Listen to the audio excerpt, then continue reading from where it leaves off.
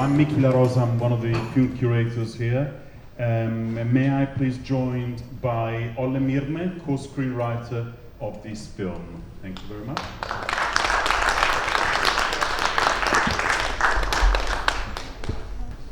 Olle, thanks very much for coming all over from Estonia to London. You were in New York City recently, premiering this film over there at a similar festival. Yeah, similar title. Just to give you a bit of context, this film was released in Estonia in October last year, 2020.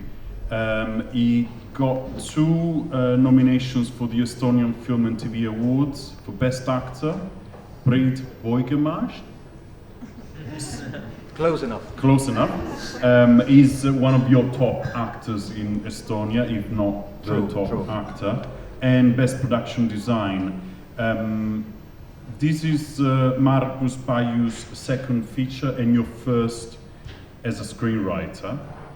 As a full-length, yeah. Full-length, feature film. So tell us a little bit about your involvement in this picture. So how did you come on board? So basically, I have to make it clear that I was just one of 4 screenwriters working on this film, and I was the last one to join this party, so to say. But basically, Margus, who was the director of this piece, he had collaborated with 3 very different screenwriters before me. One of them Estonian, then a Finnish lady, then an American guy, and finally I was asked to join, and it just happened this way because I actually spent pretty much like close to 20 years in television before joining this film studio which produced this film, and I served as head of programming for Estonia's largest commercial TV channel. So I joined this film studio, and they were pretty much on the crossroads what to do with this idea. They had some drafts of the script, and so we started just to... Where did the idea originally come from? Actually, it was meant to be a TV series at the start, and it was planned to be produced for the 100th anniversary of the Republic of Estonia, which was celebrated 2018. But it didn't work out really, so it was kind of sort of forgotten for a while. But then Margus, the director, started to kind of rethink or to make it more like, or he was able to see it as a film rather than series, and then the real thing started to move on. And it's interesting that the first few minutes of the film, during the credits, we have this footage being played backwards. Mm-hmm. So I was wondering if that was always in the script, or was it a directorial choice added in post-production? No, I have to admit it wasn't in the script, so it just was a brilliant idea of editor and director, so no my involvement in this segment, I have to say. And we got the main character, Felix Kango, played by Võigemast. His investigation really kicks off about 15 minutes after a lengthy exposition. Were you concerned that non-Estonians would be, maybe there would be some difficulty there at grasping the context? Well, you tell me about your difficulties, or how easy or how complicated it was. But yeah, you're absolutely right, and we were not thinking only about the foreign audiences, but also about the local ones, because it's pretty complicated historical or whatever period kind of film, and it really needs or takes some attention to really understand what's going on, I think. Because presumably if Marcus brought in an American to co-write the script, there was always an idea of making this appealing to a more of a global audience? Yeah, well, but still, we as Estonians, we are trying to keep our heads calm and not to imagine too much. So we were not really planning to conquer the world with our amazing spy story. But still, yeah, obviously, if you are trying to tell a story which seems to be important, definitely for us as a nation, but hopefully might be interesting or a new perspective for the foreign audiences as well. So why not to try? At least we were trying to give our very best. And talking about Priit, he's absolutely excellent in the film. So how did he happen to be cast in the film? He was pretty much the very first choice of the director, and actually I have to say that it was pretty well. Let's put it this way: that he gave us his yes word on a very early stage. So when I joined, then it took. Well, he definitely he was already on board. Not yet, but after reading at least some first draft, we managed to write with the director. Then yeah, he was absolutely eager to participate, and it was a great kind of pleasure or advantage for us, as we really could write it, keeping, well, knowing that who he's. We were not really imagining how Felix might look like or act or whatever, but we knew exactly that Priit is the guy, and so it was way more interesting and easier as well. And Felix is one of many characters that populate this film. What was the challenge for you of writing all these many interactions between all these characters, but still trying to keep track of the main storyline? Yeah, well, it's obviously challenging as you're trying to tell quite complicated spy story. It's very fact-based, actually. All the historical framing is rather accurate. Even the main character is based on a real person, Estonian spy who went to help Finns during the Winter War. So and at the same time, you have to you can't really give a history lesson or to lecture your audiences, but you have to kind of entertain or make it in dramatic or artistic way to give your point. So it was a struggle, or it definitely wasn't easy to find the right balance. How much to tell, how much to keep it between the lines, and at sometimes like today, it felt like, okay, we're telling too much. We're trying to make it too obvious or too clear, but you never know. It's really tough one to find the right kind of balance. Let's say so. And so it is based on facts, and the film really hinges on the search for this Red Army code book that basically allowed to monitor Soviet communication. Also, it's based on the Operation Volcano. So are all these facts well known in modern Estonia, would you say?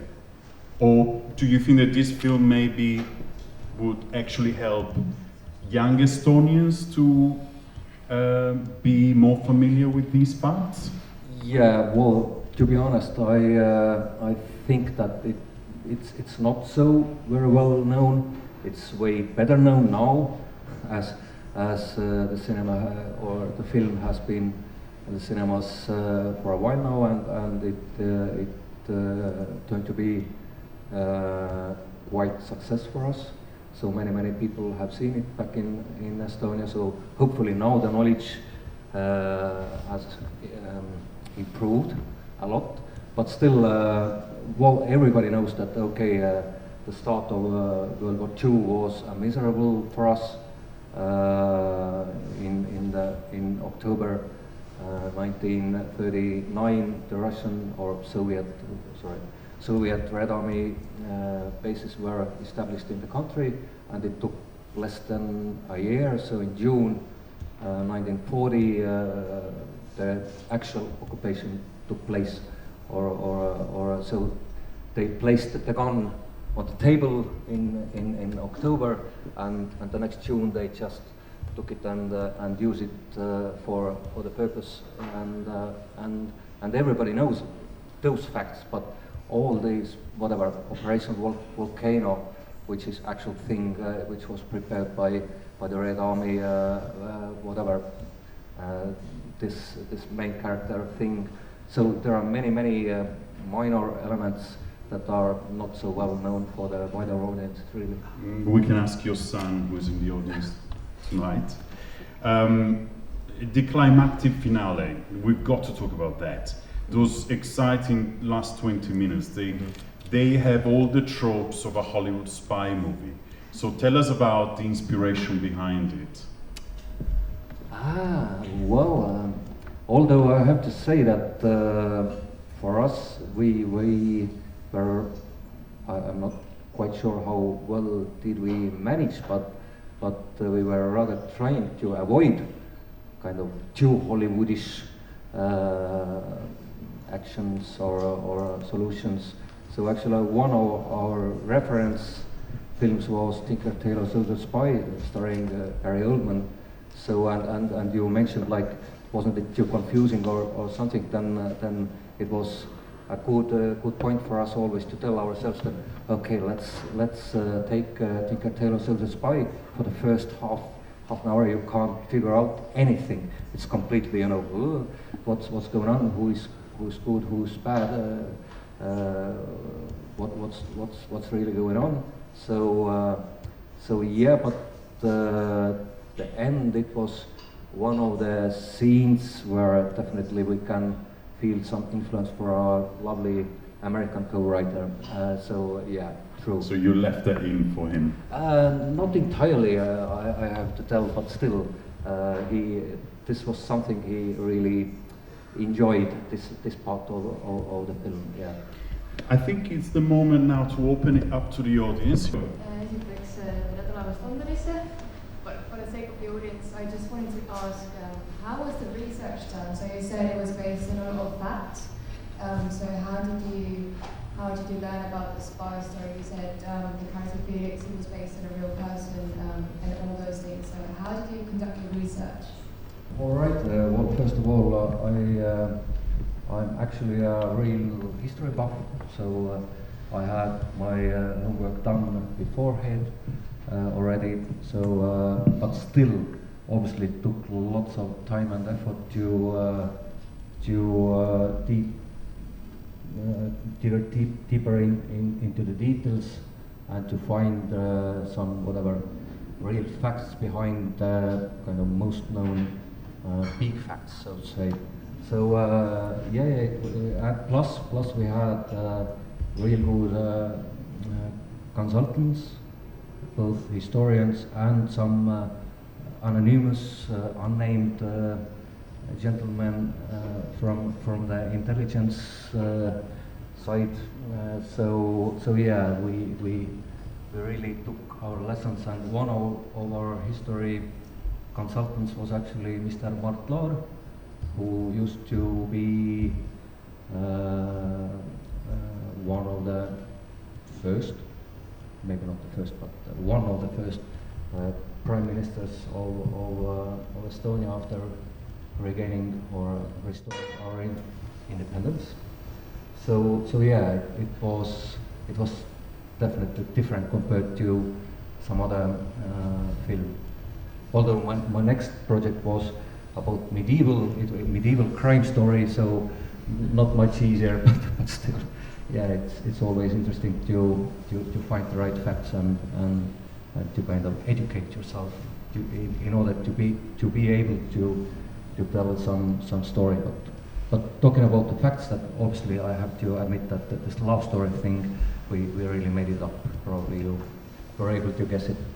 Yeah, I just wanted to highlight the fact that it's a very romantic movie. I mean, I know it's a Cold War era and I know it's a war movie, etc. But at the same time, there are lots of women characters, and they're portrayed sometimes as a femme fatale, or sometimes, so they do have a good positioning, quite a strong highlight in the movie. So can you explain a bit better, if that's what the screenwriting was all about? It's always tricky, but exceptionally interesting, obviously. And yeah, we were trying to make our female characters as intriguing and real as possible. Hopefully we succeeded, at least at some level. But yeah, I have to tell that I am so pleased with the actors and actresses, and I really enjoyed how they well, as we have to admit that all those female characters are rather minor parts or so, but still I hope, I feel that they maximize their screen presence, so that although maybe they have not too many minutes. So basically what I'm trying to say, that yeah, we had so great actors, and even if our script wasn't so perfect sometimes, then they hopefully managed to look and sound it better than I was going to say their performances are lovely in the film, so congrats on them too. Just a fun fact that I don't know how multilingual you are, but there were actually 5 languages spoken in the film: Estonian, Finnish, Russian, German, French, and so it was awfully international. Not the easiest thing to do for a screenwriter to go through all those translations and keeping it on par, so to say. But also the actors, we had